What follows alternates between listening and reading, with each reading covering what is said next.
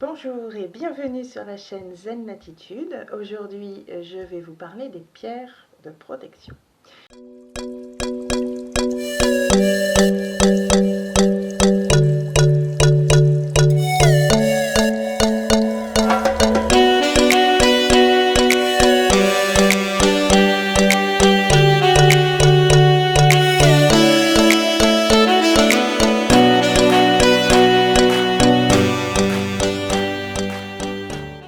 Mais avant toute chose, la question qu'on doit se poser, c'est pourquoi avons-nous besoin d'une pierre de protection?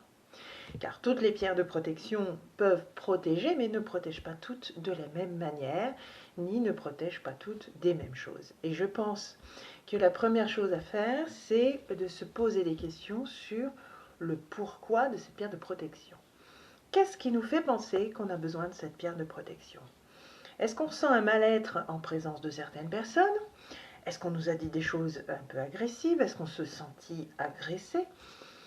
Ou est-ce que tout simplement on a un mal-être dans certains endroits?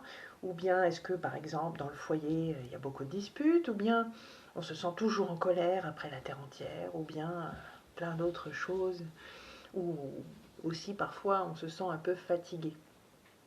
Alors, les bienfaits des pierres ne sont pas forcément toujours bien reconnus ni bien acceptés, hein. On est d'accord, je le dis régulièrement, la lithothérapie n'est pas une science exacte, rien n'est prouvé scientifiquement au niveau des vertus des pierres. Mais lorsqu'on croit un peu aux vertus des pierres, même s'il n'y a pas de magie, tout est vibration et en fonction des pierres, nous n'aurons pas les mêmes effets selon les mêmes situations ni les mêmes personnes d'ailleurs. Pour pouvoir un peu clarifier tout cela, les pierres de protection, moi je vais vous les présenter en les rangeant en 4 catégories. Les 4 catégories suivantes: les pierres de protection absorbantes, les pierres de protection répulsives, les pierres de protection par apaisement, puis les pierres de protection par rayonnement. Donc je vais un peu détailler ces 4 catégories, puis ensuite je parlerai d'un exemple parmi ces 4 catégories. Première catégorie, les pierres protectrices absorbantes. Celles-ci vont absorber les énergies négatives de l'environnement, du lieu ou d'une personne ou d'un groupe de personnes. Elles vont absorber l'énergie négative et la dissoudre, voire même, pour certaines, on pourrait même penser la transformer en énergie positive. Ce sont des pierres qui sont protectrices, bien évidemment, puisque ça absorbe le négatif et nous, on n'en subit plus les conséquences, mais elles se chargent énormément d'énergie négative et lorsqu'on porte une pierre absorbante, il faut faire attention, parce que si elle se charge d'énergie négative, une fois qu'elle est chargée, qu'elle est remplie et qu'elle déborde, elle va renvoyer l'énergie négative. Elle absorbe plus, un peu comme le ferait une éponge. Une éponge, elle absorbe l'eau, puis à un moment donné, elle ressort l'eau quand elle n'absorbe plus. Donc les pierres de protection absorbantes, ce qui est nécessaire de faire, c'est de les purifier et de les recharger régulièrement, et même très régulièrement. Si on se sent mal dans certains endroits, dans certaines situations, il faut absorber, il faut les purifier à chaque utilisation, j'ai envie de dire, hein, presque toutes les semaines ou voire même quotidiennement selon les situations. Dans ces pierres-là, il en existe plusieurs. On va pouvoir retrouver la tourmaline noire qui va permettre l'absorption d'énergie, y compris des ondes électromagnétiques, et qui va permettre un ancrage, hein, bien évidemment, protection par l'ancrage à la terre.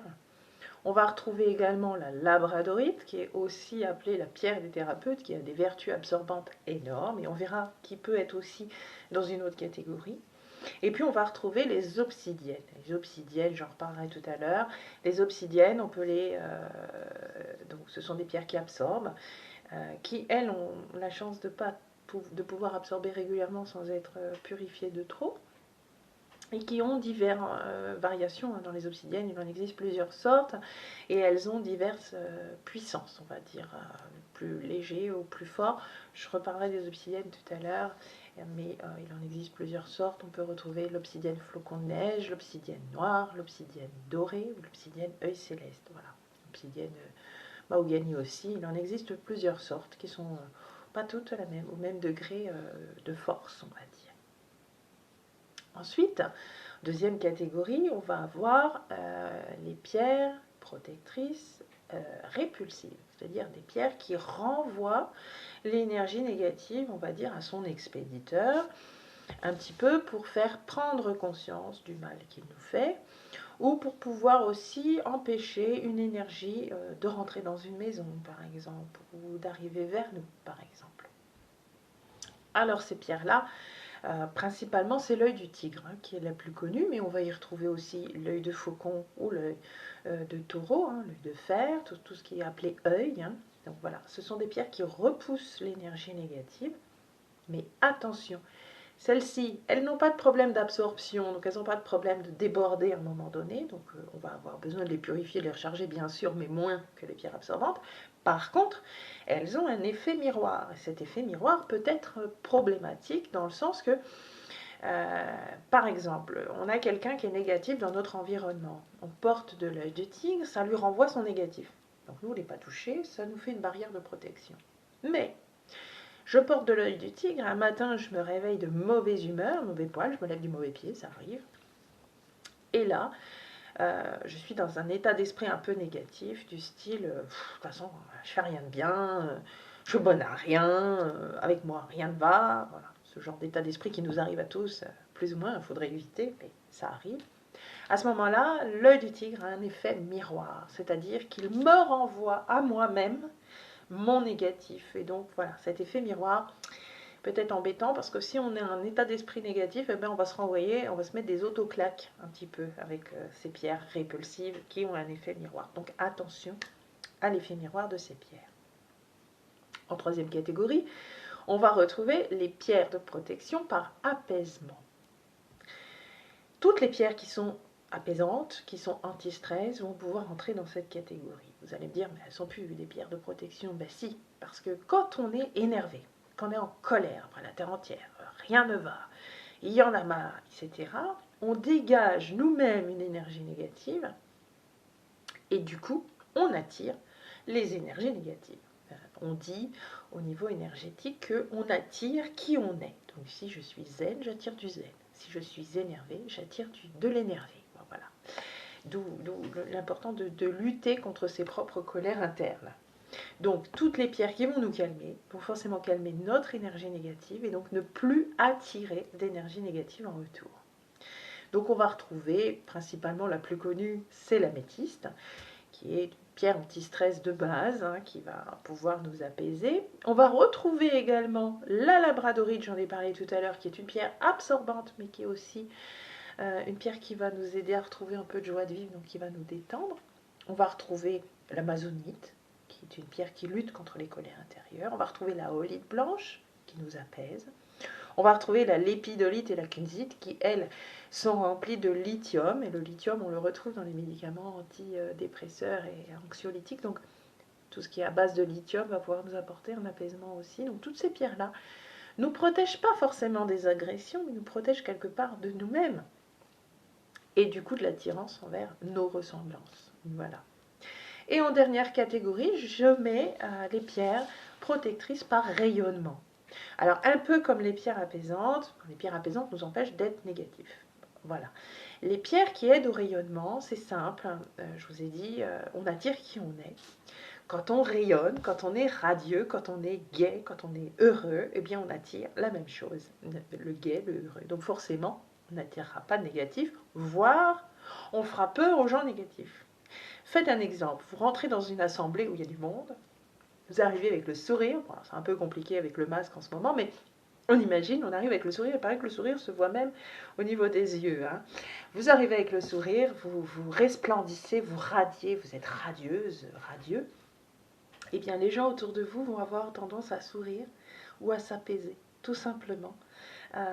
C'est aussi simple que ça, on est contagieux. Le bonheur, la joie, ce sont des choses qui sont contagieuses. Donc, ces actions positives de ces pierres par rayonnement vont apporter joie de vivre, rayonnement, je l'ai dit, soleil, mais vont aussi lutter contre la fatigue et la tristesse. Donc on se retrouve un peu dans les mêmes vertus que les pierres apaisantes.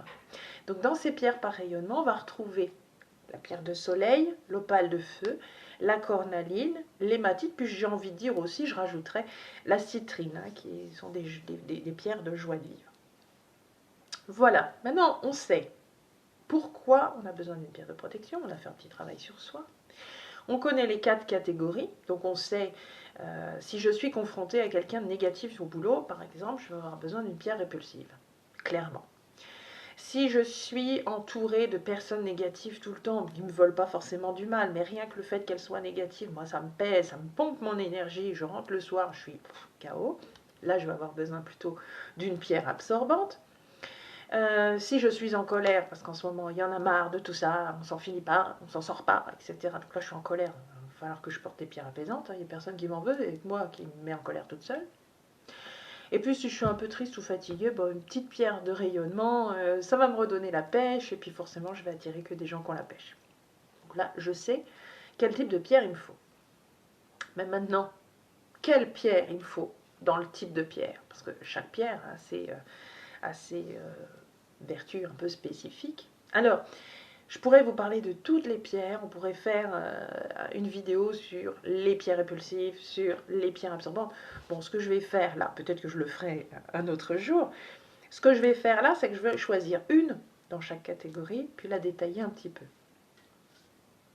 L'obsidienne noire dans les pierres absorbantes. Je ne vous parle pas de la labradorite, même si c'est ma préférée, mais je vais vous parler de l'obsidienne noire ou l'obsidienne œil céleste. Donc c'est une pierre d'absorption. Mais elle, contrairement aux autres pierres de sa catégorie, elle absorbe, elle absorbe, elle absorbe, elle absorbe, elle peut toujours absorber, elle n'arrive jamais à saturation. Bon, par contre, il faut quand même la nettoyer. Certains lithothérapeutes vous diront, on ne nettoie pas l'obsidienne.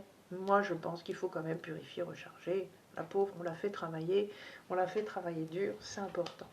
L'obsidienne œil céleste est une pierre noire qui présente un œil, qui n'est pas forcément visible, c'est un reflet qui ressemble à un œil et qui donc fait penser un peu au trou noir. Donc c'est pour ça qu'elle absorbe par ce trou noir.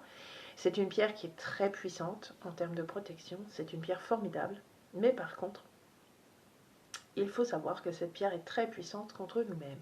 Elle nous fait faire un travail sur nous-mêmes, une introspection très puissante. Et donc parfois elle peut causer un mal-être parce qu'elle fait remonter toute la boue, toutes les choses du passé, elle fait remonter pour un nettoyage, hein, un peu nettoyage avec essorage 3000 tours minute. Donc il faut la porter tout doucement, il faut l'apprivoiser, l'obsidienne. Il ne faut pas y aller fort, il ne faut pas porter une obsidienne toute la journée, du premier coup vous allez vous retrouver par terre. Personnellement, moi qui ai l'habitude des pierres, l'obsidienne œil céleste est une pierre qui m'attire depuis toujours, parce que je pense que j'ai de quoi travailler avec elle. Je n'arrive pas à la porter longtemps. Voilà. Donc petit à petit, on la porte quand on ressent le besoin. Et paraît-il, je ne peux pas témoigner puisque je n'ai pas encore réussi à apprivoiser complètement l'obsidienne, paraît-il que quand on arrive à la porter et à faire ce nettoyage nécessaire, on la porte et c'est un vrai bonheur, un vrai accompagnement formidable. Voilà. Voilà pour l'obsidienne noire ou l'obsidienne œil céleste. Dans les pierres de répulsion, l'œil de tigre est la plus connue. Elle renvoie les énergies à son expéditeur. Elle a un effet miroir. Elle ne se sature pas, même s'il faut la nettoyer et la recharger régulièrement. Voilà, ça revient à son expéditeur. Il faut faire attention à l'effet miroir de ce que je vous ai dit tout à l'heure. Dans les pierres par apaisement, la plus connue, c'est l'améthyste. C'est une pierre apaisante, donc pas forcément protectrice en tant que telle, mais tellement apaisante qu'on va attirer des gens positifs. Petite anecdote sur l'améthyste, Léonard de Vinci écrivait à son sujet qu'elle avait le pouvoir de dissiper les mauvaises pensées. Voilà, elle dissiperait la tristesse et la nervosité. Il faut savoir aussi, entre parenthèses, ça n'a rien à voir avec le sujet, l'améthyste a d'autres vertus, elle peut aider pour le sommeil, certaines personnes, d'autres ne la supporteront pas, et elle aurait une action aussi sur les addictions, tout type d'addiction, que ce soit le tabac, l'alcool, les drogues, voire même le chocolat. Et puis enfin, donc la dernière catégorie, la pierre par rayonnement, la pierre de soleil, qui est une pierre rayonnante, dynamique, qui apporte la joie, qui lutte contre la déprime, qui lutte contre la tristesse et qui aide à mieux supporter les personnes négatives dans notre entourage, parce qu'on rayonne, donc ils peuvent être négatifs à côté, on ne voit rien, on les éclaire, donc voilà.